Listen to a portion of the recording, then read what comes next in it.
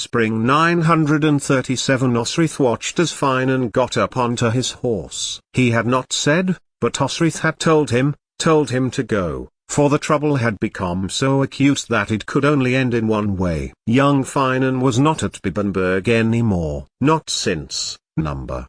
He was not with Utad. But Finan needed to be. Too many incursions south by Constantine, too many raids and skirmishes to make trouble in England, in East Anglia, in Mercia, in southern Northumbria, Ofoik, Gainsborough, Derby, Nottingham, Repton, like the Danes of old, and the west, down the Cumberland coast, and down the Dee, down to the Severn and around the Wales coast. That was now. But Osrith could only reflect on the present. It had been the happiest 2 years of her life, fine and happy, taking charge of the estate as the circle of the year came to Berwick. Abbot Beorl had returned and spoke to the Picts, addressed them in the way that Osrith imagined St. Cuthbert had, to the Angles, her ancestors, converting them to the Christianity that had been amongst the Britons for centuries. "I will see you soon," Osrith told Finan, and stood on the higher ground, watching him ride south. And from the north, we came to visit. 888,888,888 in the year 935 in Aethelstan's court at Cirencester, Constantine of Alba came to offer fealty to the king. Witness to charter at Buckingham, described as subregulus, acknowledging Aethelstan's overlordship, Ein of several subject kings, the Hywel Dda and Owain of Strathclyde. All reading the Anglo-Saxon Chronicle, Alfred's Book of Events, one might believe that there was stability throughout the Anglish and Saxon population. And to some extent, this was true. Peace was established, money minted to Aethelstan was made.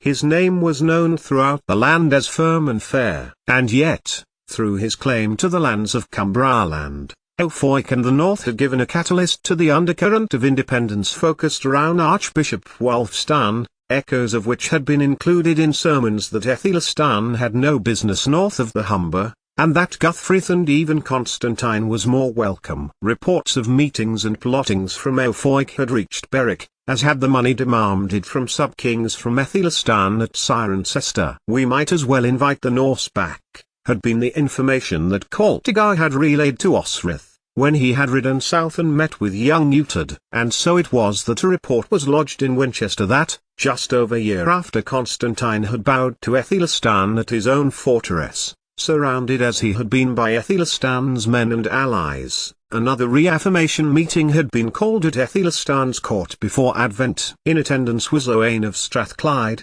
Hywel and his sons, and Sindlan. But not Constantine. Instead, Norse had come to Dunnottar, and notices of interest had been sent by Constantine to Wulfstan. Guthfrith wanted Ofoik back. 88,888,888 Osrith had been up for 2 nights in a row, without the rest she ought to have. Coltigar and Mund had gone with Finan to the farms in the west and the north to help with the lambing. Such was the abundance of sheep there was going to be that year. 937.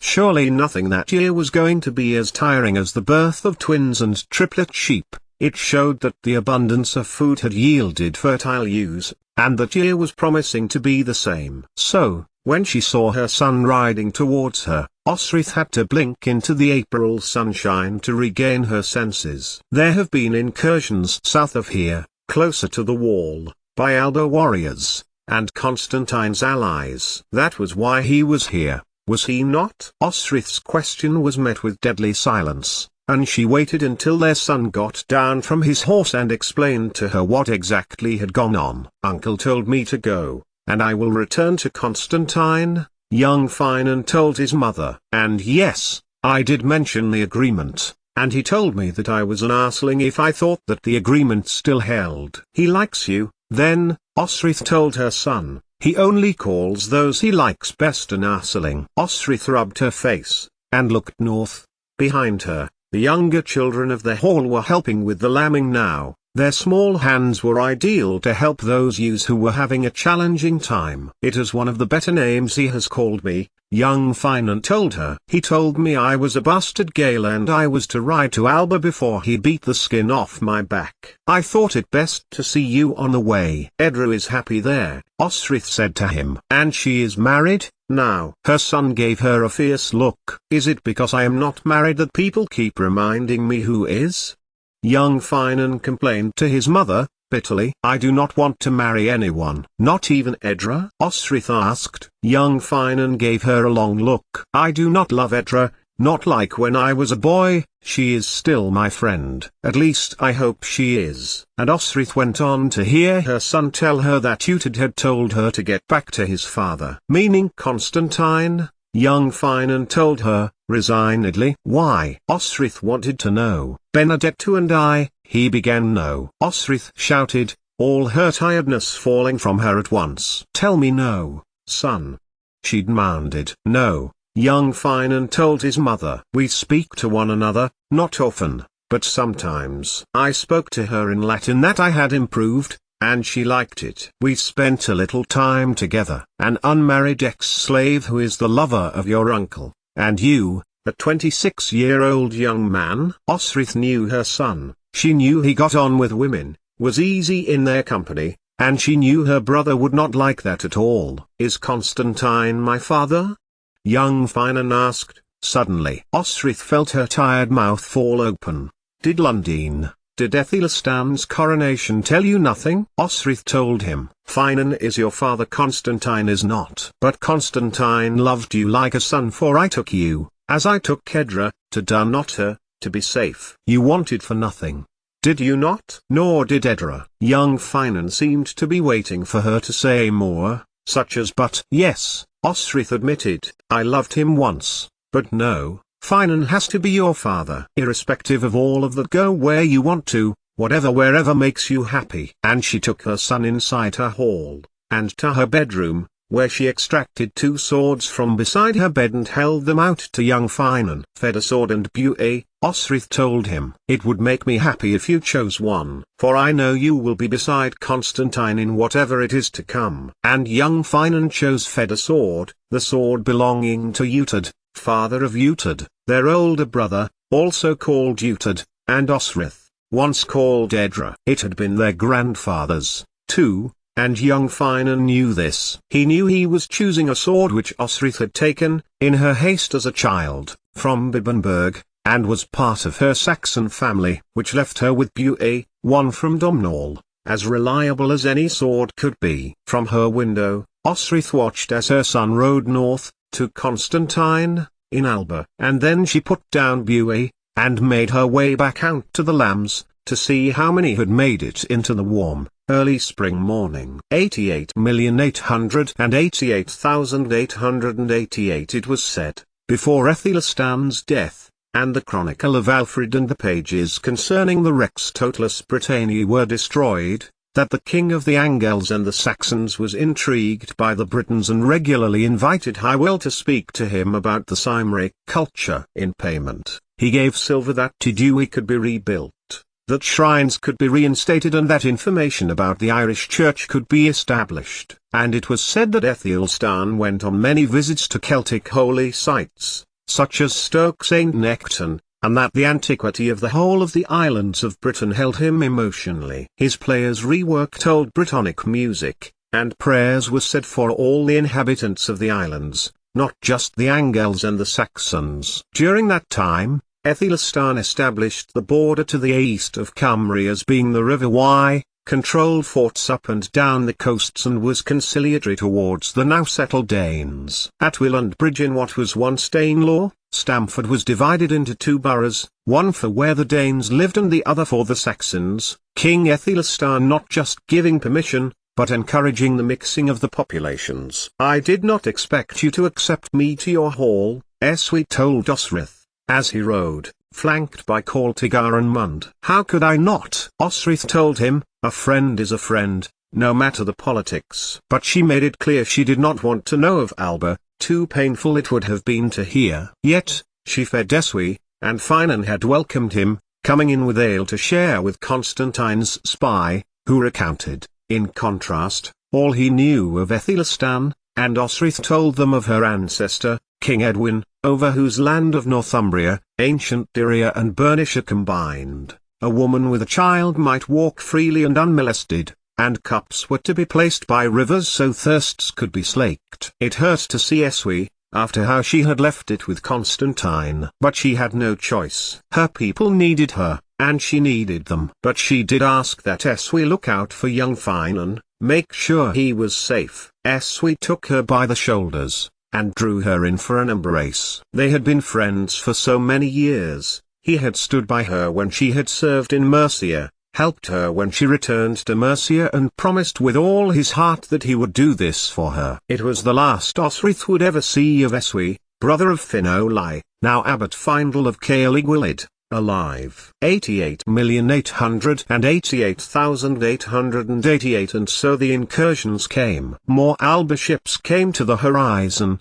and Osrith watched out, hoping that she would never see the Red Hand of Ulster, dreading that the next banner she saw would be it. Then, one bright, summer morning, just over a year before the Great War, Aethelstan came to Berwick. At first, Caldegir had ridden north, just as he had done when Aethelstan's captain, Ealdred, had brought up the army and had humiliated her because he could. Osrith turned over the farm and brought in the livestock, made the women and children hide and her militia arm. In fact, Bean had already made the decision, and as Finan had ridden down from the river to be beside her, he saw that Osrith's warriors had already formed a circle around her as the king of the Angles and Saxons rode up to them. He came alone, pointedly alone, and got down from his horse and led it towards the warriors. King Aethelstan, Finan called, "You are welcome to our land." He did not look to Osrith, for he knew she was also about to say the same thing. "My men will wait. I would speak to you about the pilgrimage I am making, to the sites of the Saxon saints from Northumbria," he told Osrith, the gold thread sparkling in his hair. She glanced back to Finan, and nodded to Bean, who stood down the men. "You would be better off speaking to Bishop Oswald of Seaster," Osrith told him, meaning Utad's firstborn son. "He has done extensive research." Aethelstan smiled. "It was Bishop Oswald was the one who told me to come to you," Aethelstan explained. 888,888,888, and, after pleasantries and guarantees from Aethelstan that Osrith was not to be harmed, as Finan contemplated alerting Utad for help should he need it, and Osrith was showing him the shrine, a few miles east from Berwick. But it seemed more as if Aethelstan had come to see Osrith to talk over old times rather than see the shrine, although he knelt to it, and prayed. He had chosen to use Utad as Alfred did, and keep him not too close. "My position is tenuous enough. I am known as the bastard to my enemies," he confided in Osrith as they slowed their horses to cross the ford of the Cockay. "If I was perfect for the rest of my life I would always be Edward's bastard. Elf did everything wrong and half of my country supported him. So," he added, "I swore chastity like Ethelfled and named my half-brothers as successors." And yet, Aethelstan sighed, as Berwick came into view, "I wanted Wessex to continue my grandfather's chronicle, and they have, under Dunstan's guidance, but reluctantly." "Memories have died hard of Ethelelm and Elf," Osrith suggested, and the thought of the man, still young, who, not 13 years before, had won such a great victory in London to be king of the Angles and the Saxons. "I understand that your brother still has your son under his tutelage," Aethelstan furthered. "I considered taking him to join Louis Outremer and the baby, Alan Barbiotti baby, Frankier's finest, and Haakon of Norway. Except that Utad said he had come to you." Aethelstan inclined his head to Osrith. "I have come to ask for your son, so he can learn of Wessex and Mercia." "The son who you thought was your half-brother?" Aethelstan was unmoved. And Osrith thought, he still believes it, after all this time. "He was sent away from Bibbenberg," Osrith told him. She watched Aethelstan's face flicker. Osrith did not need to tell him she meant Alba. "For what?" Aethelstan asked. "Being himself, from what I could gather," Osrith replied, "Berwick before her." "Not long until you no longer have to make small talk," Osrith thought. "You know Utad and his moods. Fairness never comes into it. He spoke to Utad's woman. So I advised my son to go where he felt happiest. He chose Alba. I look forward to getting to know Alba better, he told Osrith. And I am leaving warriors here, on your border, for your protection. As you can see,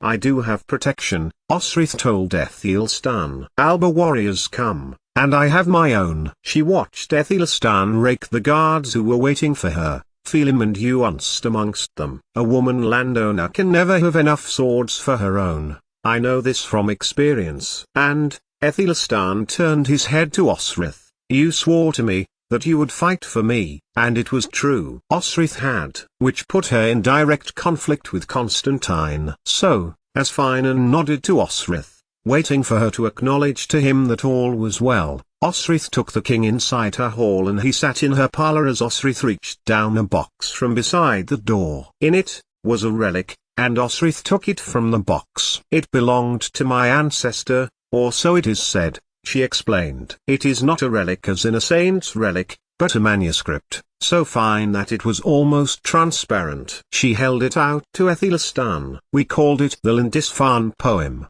young Finan and I, Osrith explained, and Ethelstan looked at the words, holding the page as if it had come from heaven itself. What is this word? Ethelstan asked, pointing to the word, Mecord. Lindisfarne was called Mecord by the Britons, and was a place for healing, Osrith explained as Ethelstan examined the relic again. If the Britons have any chance of surviving, they must join forces over the British Islands. There, Osrith thought. It was not as if she hadn't told Ethelstan. But, predictably, the king laughed it off. If they were to do that, the lords could relax. No longer would they have to rely on their landlords for guidance to property rights. For example, he glanced out of Osrith's hall window.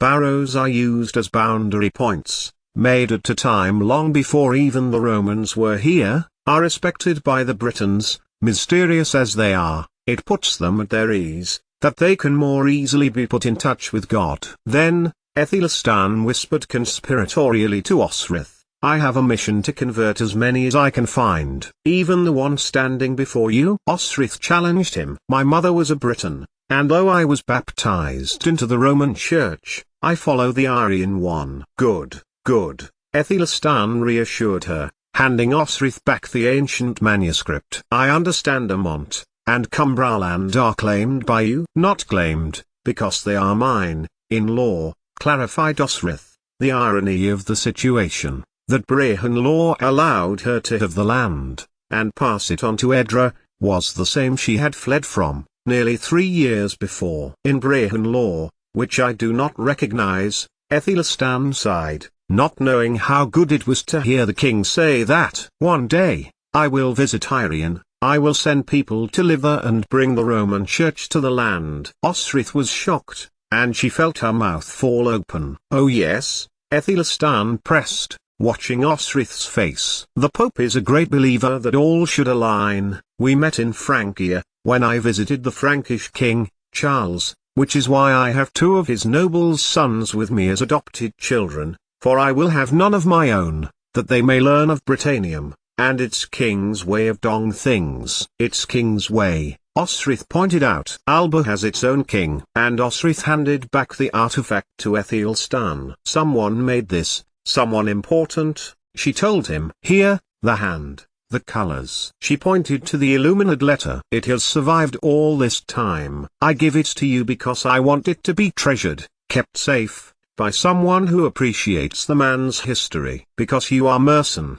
and because Saint Oswald brings so much comfort to my people. It was some time after that Osrith realized Ethelstan was staring at her. You do love Mercia then? Ethelstan asked her. I do love Mercia. I bled for Mercia. I led men into battle in Mercia against her enemies. Her enemies are Alba and the Irian Norse, Ethelstan told her. And told her of the incursions, in Ofoik, into Snuttingham, Lyciaster, and demands on Cumbraland sand as far down as Derby for taxes, Alba soldiers ravaging the land, destroying and damaging, as the Danes had done in years by. I can only imagine the uneasiness of knowing Constantine is north of you, that he could come to claim what he believes you owe him. He smiled kindly to Osrith, which is why I place my men on your land, for your protection. For I have chosen the place at which I will do battle with Constantine. And he told Osrith that, as he marched north, Lichfield, Derby, Rotherham to Castleford, that between those two cities at Rhinhild Street was a bottleneck. It was difficult to do much if they had happened to be stuck there, but a little further north, at Brimsworth where Ethelfled established a burgh, there was a wide flat hill, 15 miles wide. And you know he will come there? Osrith asked, amazed that Aethelstan had it all planned. He will if I tempt him enough, if I anger him enough, Aethelstan replied, happily. Does it surprise you that Alba comes south? In the past, men of Pitland, Strathclyde, Cornwall, Dublinman, Irish, Anglesey and the Free Welsh, drove against the Saxons at Careware, to Mercia and Wessex, penning them in order to free the native Britons. So you see why I want to prevent this for our people. Yes, Osrith nodded. Bishop Oswald told me the same story. Whether at Brimsworth or somewhere else, there was going to be a battle coming, one where Mercia and Wessex would face Alba. And it was only when Eswe came to see her that the extent of Constantine's hostilities came to the fore. Can I count on your support, Lady of Berwick, of Saxon blood, in the land of Bernicia? Her angle forbears. That was Ethelstan's question as he left, Finan not far behind her. It was funny, because although Osrith had thought she had decided where she stood, in relation to Alba and Northumbria, Ethelstan's visit had changed her. 88,888,888. And within a week, Guthfrith, still claimant to Ofoic, supported now by Constantine, also came to visit Osrith. She was preparing, again, for the lambing season, and all of her people were up day and night saving as many as they could. Guthfrith was alone, as he had been the first time he had visited Osrith. Your land is doing well, he told her, as Bean came to alert Osrith to a visitor. You are missed in Alba. Tell me, is Edra, my adopted daughter, well? She is, Guthfrith told Osrith, and on her way with her second child. Second child?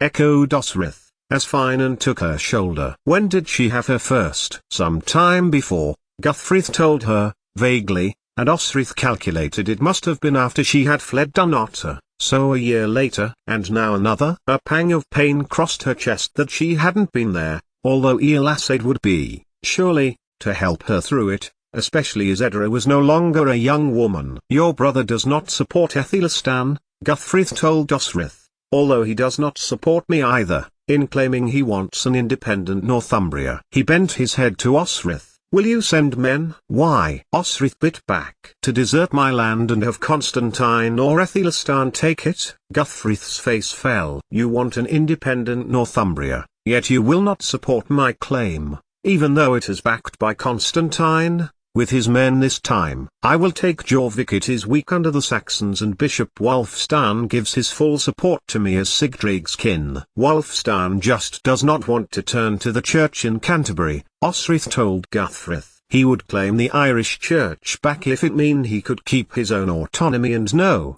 Guthfrith, though I support your claim, I do, in my heart, I do not wish to see Aethelstan take this land. Nor Constantine, either. For, as Guthfrith described the support he enjoyed, it sounded remarkably similar to the story Aethelstan had given to her. Egil, so she understood from Bean, who had spoken to young Utad, had bought a boat and had sailed it down the Kinset and into the North Sea in order to get to Ofoic. Whether to support Aethelstan or Guthfrith, she would not like to say. But to say that Utad supported no one was underestimating her brother. And Guthfrith went on to tell Osrith that Utad had also been supporting Harold Finehair's claim to Ofoic. So in any event, he does not want Aethelstan to be king there, Guthfrith concluded. But it did not sway Osrith from her path of neutrality. Though she had told Aethelstan she supported him, she would not leave Berwick, nor commit any of her men, because no one, when push would come to shove,